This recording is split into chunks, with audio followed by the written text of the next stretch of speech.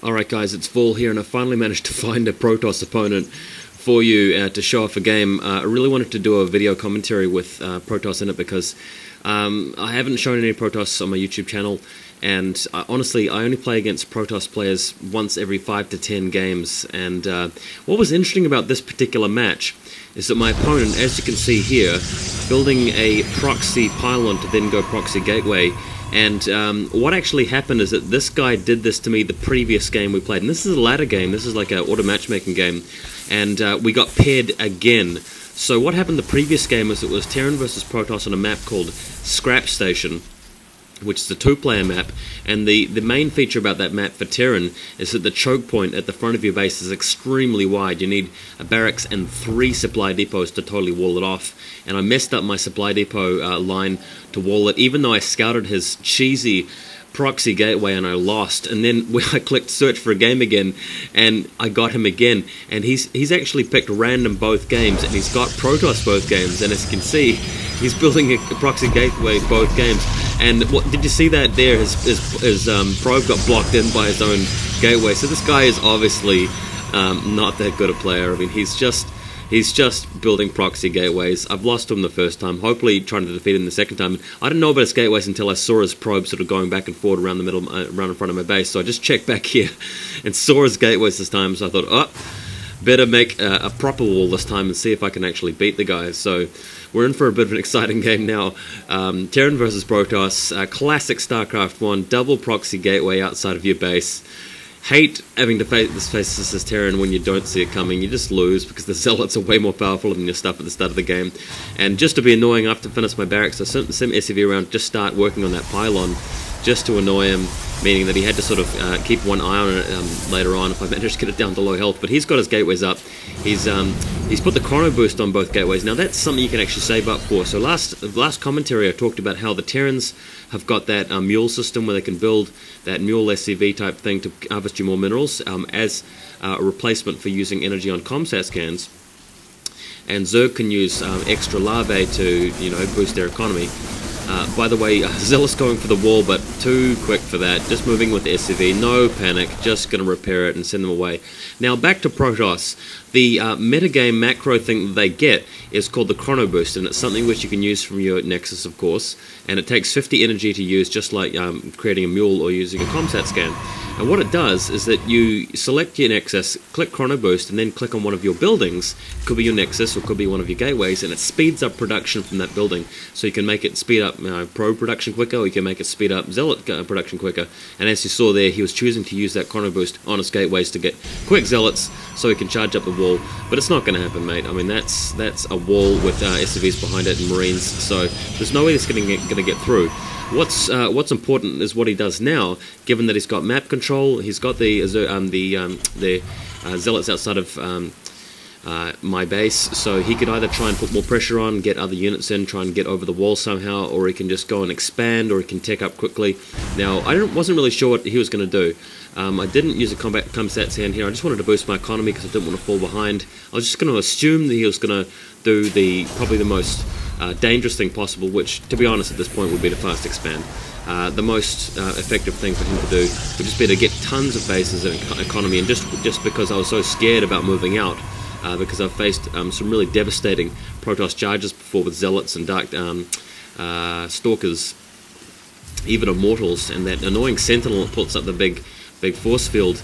Didn't really want to move out, so I'm just taking my time here, and didn't want to fall behind on economy, so I went for mules instead of trying to comsat scan them and find out what's going on. Building plenty of Marines here with that reactor core, just to make sure I just didn't get crushed by a massive attack there. He's going for a Stargate here, so his plan is not to put any pressure on just yet. His plan is not to expand either. He's going for tech, and he's going to try and get some sneaky Stargate unit into the back of my base, maybe. We'll find out shortly.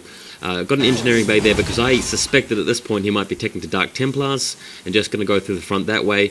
Didn't really want to get caught with my pants down with no comsat energy and lose my wall that way, so wanted to put a turret up to prevent that from going on. He's still got Chrono Boost going on his gateways. He's building some stalkers, dark stalkers, I think they're just called stalkers, and oh, here we go. So this is a late decision by him to put some pressure on. He's got another pylon here, meaning he can build more gateways, or he can build photon cannons, and we'll find out what that'll be shortly. Moving up to the ramp with the Stalker and Zealots. Now, you guys know that Stalkers can blink, right? They cannot actually blink until you've upgraded it, but they need to get the upgrade from like the Twilight Council or something like that. So no real pressure from that just yet. In the meantime, he's got a couple of buildings up, and here are the photon cannons. A bit late, so I've actually got tanks up. I've upgraded siege mode already, just because my plan was to move over next to the wall and shoot his gateways before moving down. So really lucky that that was my plan, because now I can actually preempt him and blow away his photon cannons. So really satisfying there. Nothing you can do about that. Our siege tank range is still pretty long. It's not as long as it was in StarCraft 1. But just moving right up next to the wall. And he's decided to go for Void Rays. That's that Protoss spaceship, which can focus on a single target and do a lot of damage to it over a long period of time. Good against big things like carriers, or battle cruisers, or whatever, or ultralisks. Good against buildings. Not very good against lots of marines or anything like that. So just drawing his pylon. Doesn't quite have the sight range, although it does have the physical range to hit the gateway, so having to wait for comsat scans or a flyer to go over there and deal with it. He's decided to move his Void Ray around the map and save it up somewhere. Really, this guy doesn't seem to have a clear game plan here. His photon cannons haven't worked, his proxy gateways haven't worked, he hasn't decided to expand. Honestly, I think that he'd have a huge advantage over me if he'd just sort of decided to wait and just keep 2 Zealots there and just expand, because I would have been too afraid to move out. And I wouldn't have been able to scout very well, so that's a poor decision by him. I thought this game was going to be quite an easy win, and honestly, it sort of feels to me like Protoss is more powerful against Terran in that matchup, but I haven't actually played the matchup for enough to know. I mean, I barely get any practice against Protoss. Now, what they tell me is that, what I've read online is that Ghosts are very good in this matchup. You can use EMP to really screw up the Protoss player, so that's something I might try a bit later. But that's something that I haven't really been doing in the matchups that I've been playing, so probably that's the reason why I've been finding it so difficult to win with Terran. So I've got the Ghost Academy, got cloaking researched, gonna build some medevac dropships at this point, and just waiting for the tanks, really just to shell the gateways, and I'll move down there with the command center. He's got a robotics bay going up, so he should be able to build some Colossus, or whatever he wants, really, Immortals, observers and so forth. Yeah, just really needs the robotic support bay for the Colossus, nothing else really. The Colossus really being the unit that replaces the Reaver, except you can't put a Colossus in a shuttle. Well, Protoss don't actually even have shuttles in this game, thank God. That's actually one detrimental thing for Protoss, that they don't have that shuttle capacity. I think they're probably a bit more powerful in StarCraft 2 if they did. Here we go, I've got the medevac dropship using its vision to actually give the siege tank some shell range on those gateways now, enabling me to move down. He's got a Colossus now, so that's kind of scary. They're going to be quite powerful against my infantry. And at this point, I want to put some harass on him, so I'm going to decide to, at this stage, fill up a medevac dropship with a group of Marines. We'll see how this turns out. I've actually had some success recently by dropping Marines into my enemy's mineral line, picking them up again and flying away, and they actually heal themselves while they're in the dropship, I believe. But what's really, really unlucky here is that my medevac, I've decided to take the exact route where he was hiding his Void Rays. So how is that for luck? Just walking straight into his Void Rays and losing the dropship full of Marines. Oh, unbelievable. At the very least, though, this actually gives me some information. It tells me that he's gone for Void Rays. He hasn't decided to go mass expansions. He's teched up a bit.